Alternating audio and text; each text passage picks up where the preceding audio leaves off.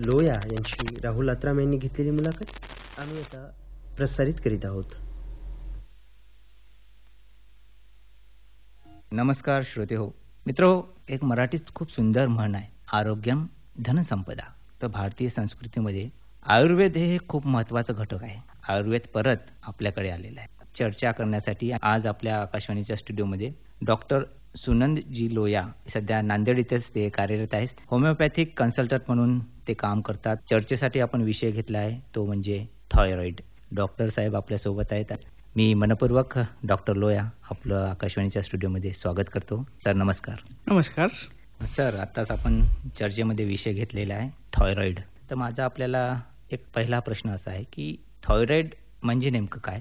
Thyroid ही एक प्रकारची ग्रंथी असते जे घशाच्या समोर असते आणि याचा जे आकार आहे ते फुलपाखरू सारखं आहे. याचं जे कंट्रोल आहे ते पूर्ण बॉडीवर असते, खूप व्हायटल आणि इम्पॉर्टंट असते. आणि ह्याचं जेवढं काही कंट्रोल आहे ते हायपोथॅलॅमस नावाचं एक ग्रंथी असते जे एंडोक्राइन ग्लँड आहे आणि थायरॉइड पण एंडोक्राइन ग्लँड आहे. हायपोथॅलॅमस हे जे ग्लँड आहे ते ब्रेन मध्ये सिच्युएटेड असते आणि ते एक पर्टिक्युलर थायरॉक्सिन नावाचं हॉर्मोन सिक्रिट करत असतो. तर ते हॉर्मोन जेव्हा कमी किंवा जास्त प्रमाणामध्ये शरीरामध्ये जेव्हा सिक्रिट होते तर पूर्ण थायरॉइडची लक्षणं व्हायला सुरुवात होते. सर, आता जसं आपण थायरॉइडच्या संदर्भात बोलतोय तर हा मुख्यतः आजार आपल्या गळ्याशी निगडीत आहे. बिलकुल बरोबर ना? बिलकुल. म्हणजे आतमधल्या ज्या ग्रंथी आहे, इनसाइड ग्रंथी आपण ज्याला म्हणतो, व्हेन्स, त्याच्याशी निगडीत आहे. तर आपण जेव्हा बाहेरच्या व्यक्तीला बघतो तर साधारणतः असं वाटत नाही की त्या व्यक्तीकडून त्याला थायरॉइड झालेला आहे. पण या आजार होण्याची लक्षणं काय असतात? मग बऱ्याच वेळेस थायरॉइड जे आजार आहे ते लक्षात येत नसते. जनरली जेव्हा पेशंटला लक्षणं सुरुवात होतात, सुरुवातीला त्याच्या हातपाय गळून जातात, वीकनेस खूप असतो, पूर्ण शरीराला भयानक त्रास असते जे की औषधं घेतल्यानंतर सुद्धा ही कमी होत नाही. आणि याच्या व्यतिरिक्त पण बरेच लक्षणं असतात. कमीत कमी 10 ते 15 लक्षणं थायरॉइड संबंधित असतात. तर त्याचं एक पर्टिक्युलर जेव्हा आपण थायरॉइडचं हॉर्मोनल रिलेटेड ट्रीटमेंट करतो तेव्हाच थायरॉइड हे मुळासकट जाणार, नाहीतर हे आयुष्यभर राहणार. म्हणजे जर मुळासकट आपण या बिमारीचं औषधोपचार केला तर नक्कीच ही बिमारी परिपूर्णरित्या बरी होऊ शकते. आता तुम्ही आजारांची ओळख सांगितली. माझा यानंतरचा प्रश्न आपल्याला असा आहे की हे जेव्हा आजार एखादी व्यक्तीला होतो तर आजार झाल्यानंतर त्यामध्ये आपल्याला त्या आजाराचे काय काय इतरही त्याला होणारे जे प्रकार आहेत की कधी कधी काय होते की सर्दी झाली, आता तुला ताप येतो, म्हणजे तिन्ही लागोपाठ येते, सर्दी, खोकला आणि ताप. तर या थायरॉइड आजाराच्या संदर्भात अजून त्याबद्दल माहिती सांगू शकतात आपण?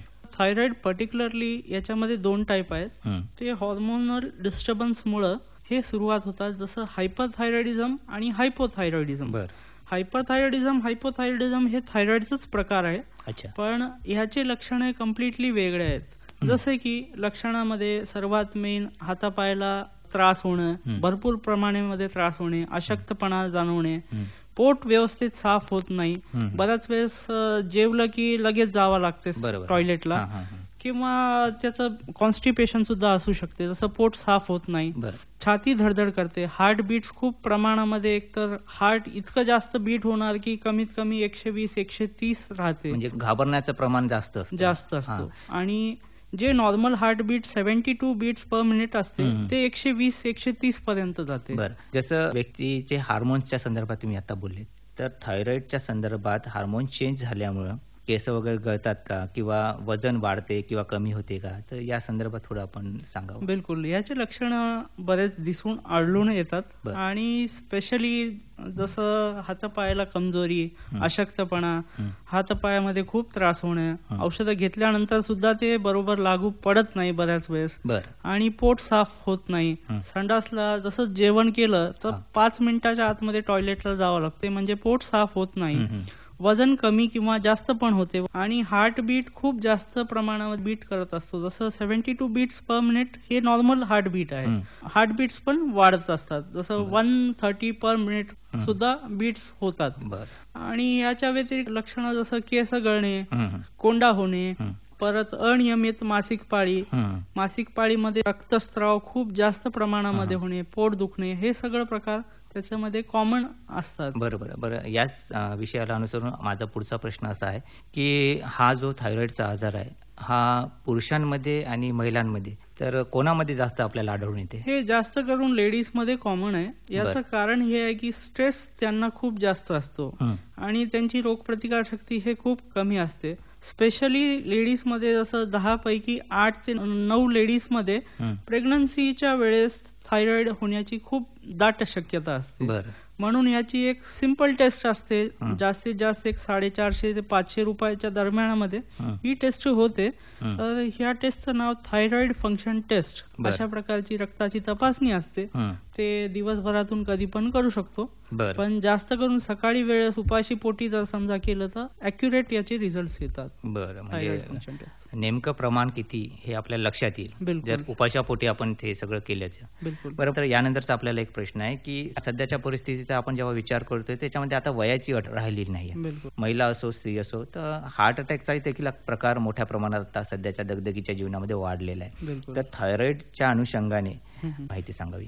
पर्टिक्युलरली थायरॉइडमुळे हार्ट अटॅक येणं किंवा हार्टचं लक्षणं येणं असं काही नाहीये. हं. पण हार्टचं पेशंट थायरॉइडचा माणूस थायरॉइडचं पेशंट होऊ शकते. होऊ शकते. पुढे चालून त्याची रोगप्रतिकार शक्ती कमी झाल्यामुळं त्याचं स्ट्रेस लेवल जास्त झाल्यामुळं शरीर साथ देत नाही. हं. मेन जे आहे ते पोट व्यवस्थित साफ बरोबर. न असल्यामुळं त्याचं जसं गॅस वगैरे खूप जास्त होणे, तर अशी काही डिस्टर्बन्सेस होत राहतात. तर कार्डियक प्रॉब्लेम सुद्धा हार्ट प्रॉब्लेम येऊ शकतो. आता उन्हाळा सुरू आहे, तर बरेच वेळा उन्हाळ्यामध्ये लोकांना घाम येण्याचं प्रमाण जास्त जास्त असतं असतं. उन्हाळ्यामध्ये. करेक्ट. तर या बिमारीमध्ये लोकांना तुम्ही म्हटलं की स्ट्रेस, तर या संदर्भात स्ट्रेसमुळे बरेचसे लोक डिप्रेशनमध्ये पण जातात. बिलकुल. हं, हं, तर या डिप्रेशन थायरॉइडच्या पेशंटला किती प्रमाणात येतो आणि कसा येतो या संदर्भात सांगा. डिप्रेशन हे खूप कॉमनली असतो थायरॉइडच्या पेशंटमध्ये, कारण की स्ट्रेस त्यांना अगोदरच असते. हं. आणि मेन म्हणजे जे प्रॉब्लेम आहे डिप्रेशन कशामुळे होते, हं. हे पेशंट सुरुवातीला त्याचं लक्ष खूप जास्त असतो की थायरॉइड मलाच कामून झालं, बरं. दुसऱ्या लोकांना कामून नाही झालं. ते राहायला तर माझ्यासारखेच असतात, मी कधी दारू पित नाही, कधी मटण खात नाही, तरी पण मलाच कामून आलं थायरॉइड. बरोबर. हे जास्त विचार करून करून आणि मेन म्हणजे थायरॉइड मध्ये अजून एक लक्षण आहे जे दिसून येत नाही, ते आहे उदासीनता. कुठेही मन लागत नाही. किती जरी चांगलं काम असलं, इंटरेस्टिंग काम असलं, तरी त्याच्या मन लागत नाही. बरं. त्याच्यामुळे तो नेहमी विचार करत असतो की अगोदर मी हे करत होतो, मन आवडीनं करत होतो, बरोबर. पण आता मी करणा गेलो, तर उदासीनतामध्ये जातात आणि डिप्रेशनमध्ये डिप्रेशनमध्ये जातात. येतो. बरं, आता आपण सांगितले की थायरॉइडमुळे काही त्वचा विकार होण्याची शक्यता आहे, तर ती त्वचा विकार कोणते असतात? त्वचा विकार म्हणजे ऍक्च्युली थायरॉइडच्या पेशंटला हे जे पर्स्पिरेशन आहे, घाम जे येणे, ते खूप कमी प्रमाणामध्ये होते. याच्यासोबत त्यांना ड्रायनेस ऑफ स्किन असते, त्वचा एकदम रुक्ष होऊन जातात, कोरडी. त्वचा कोरडी होते. ती कोरडी झाल्यामुळे खाज यायला सुरुवात होते, बरं. अंग लाल पडते हं. आणि गुद्द्या पण येऊ शकतात, आर्टिकेरिया म्हणतात त्याला, तर ते पण होऊ शकते. बरं, या आजारामध्ये जसं आपण दैनंदिन आपलं जसं जीवन आहे, आपण सकाळी उठतो, आपलं आपलं काम करतो आणि परत रात्री झोपेला जातो. बिलकुल. तर या आजारामध्ये थायरॉइडच्या पेशंटला झोपेच्या संदर्भात काय असते, प्रक्रिया काय असते त्यांची? त्याला ऍक्च्युली सॅटिस्फॅक्टरी झोप येत नाही. हं. आणि ज्यांचं लग्न झालंय तर त्यांना लैंगिक समस्या पण असू शकते. बरं, म्हणजे थायरॉइड याच्यामुळे लैंगिक समस्या देखील उद्भवू शकतात. बरं, दुसरा प्रश्न याशीच निगडीत आहे की आता वयात आलेल्या मुला मुलींचं लग्न होते, तर दोघांपैकी कोणाला एकाला थायरॉइड आहे आणि त्यांचा विवाह झाला, तर येणाऱ्या पुढच्या काळामध्ये त्या जोडप्यांना या थायरॉइड पेशंटमुळे पुढे प्रश्न येऊ शकतात का त्यांच्या जीवनामध्ये?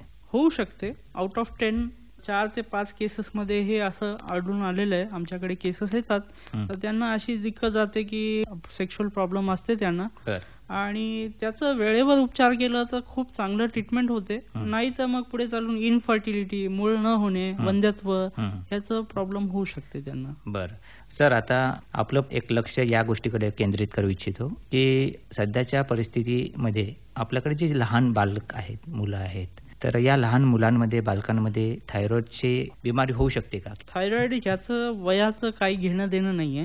जेव्हा रोगप्रतिकारशक्ती कमी झाली आणि ताणतणाव वाढला, स्ट्रेस वाढला, तर हे थायरॉइडचं जे बिमारी आहे ते 5 वर्षा मुलापासून ते आयुष्याचं शेवटपर्यंत पर्यंत कोणाला होणार. पण होऊ शकते. बरं. There is no limit for the age. Age limit नाही राहिली आहे. limit काहीच 5 नाही. वर्षापासूनच्या बालकांना देखील ते होऊ होऊ शकते शकते. आणि 90 वर्षाच्या व्यक्तीलाही व्यक्तीलाही होऊ कोणी शकते. असो, स्त्री असो पुरुष असो कोणी कोणी असो. असो. बरं सर, तुम्ही आता बोलता बोलता विषय काढला होता की होमिओपॅथिक म्हणजे आयुर्वेद या माध्यमातून देखील याचा उपचार केला जातो. तर मला आपल्या यानंतरचा प्रश्न आहे की ज्या थायरॉइडच्या गाठी येतात आतमध्ये, तर ते गाठी कशामुळे उत्पन्न होतात किंवा त्या गाठींचा उपचार करायसाठी काही ऑपरेशन्स आहे का, किंवा नुसतं विदाऊट ऑपरेशन देखील हा आपण हे कमी करू शकतो? याच्यामध्ये 2-3 प्रकारचे आहेत.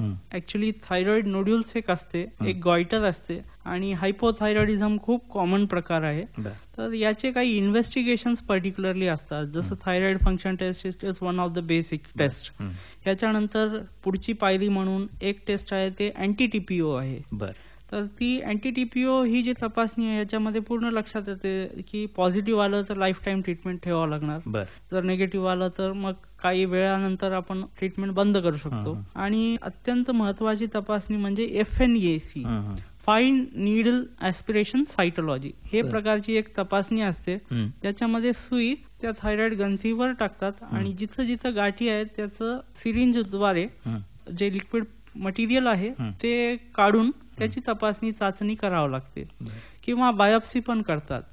बायोप्सी मध्ये काय आहे की तिथलं जे घटक आहे, जे पोर्शन जास्त वाढलेलं आहे, हायपरट्रॉफी आहे, तर त्याचं एक सेक्शन कट करून त्याची हिस्टोपॅथॉलॉजी तपासणी करतात. तर त्याच्यात आपल्याला कन्फर्म माहित पडते की कोणत्या प्रकारचं थायरॉइड आहे आणि त्याचं ट्रीटमेंट जे आहे ते हॉर्मोनल ट्रीटमेंट एक बेसिक असते आणि काही ट्रीटमेंट असतात जे होमिओपॅथिक मध्ये कॉन्स्टिट्युशनल ट्रीटमेंट करतात. जसं पेशंट टू पेशंट आम्ही वेगवेगळे ट्रीटमेंट कन्सिडर करतो आणि एकच औषध प्रत्येक माणसाला लागू होणार म्हणजे असं काही नाहीये की गॅरंटेड नाहीये. त्यांची जी हिस्ट्री आहे, त्यांची जी लाईफस्टाईल आहे, ज्यांची पास्ट हिस्ट्री आहे, हेरिडिटरी आहे का, अनुवंशिक आहे, तर अशी पूर्ण आम्ही माहिती इकट्ठा करून त्यांचं अनालिसिस करून आम्ही त्यांचं कॉन्स्टिट्युशनल बेसिसवर ट्रीटमेंट करतो. थायरॉइड हे अनुवांशिक बिमारी आहे का? अनुवंशिक बिमारी आहे, म्हणजे ते इट मे बी हेरिडिटरी.